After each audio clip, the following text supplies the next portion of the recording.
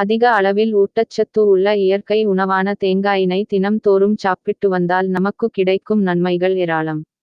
தேங்காயில் கால்சியம் மற்றும் பாஸ்பரஸ் சத்துக்கள் அதிகம் நிறைந்துள்ளன. தினமும் காலையில் சிறிதளவு தேங்காயை மென்று என்பதால் உடலுக்கு கால்சியம் மற்றும் பாஸ்பரஸ் கிடைத்து எலும்புகள் மற்றும் பற்களை வலுவடைய செய்கிறது.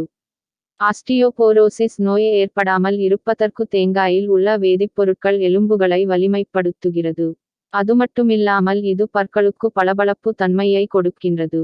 சருமத்தில் சுருக்கங்கள் மற்றும் முகப்பரு, தோல் அரிப்பு போன்ற பிரச்சனைகளை சரிசெய்ய ஒரு மிகச் சிறந்த இயற்கை மருந்தாக உள்ளது. தோலின் தோற்றமானது பளபளப்பு தன்மையுடன் இருப்பதற்கு நாள்தோறும் சிறிதளவு தேங்காயினை மென்று சாப்பிட்டு வர வேண்டும்.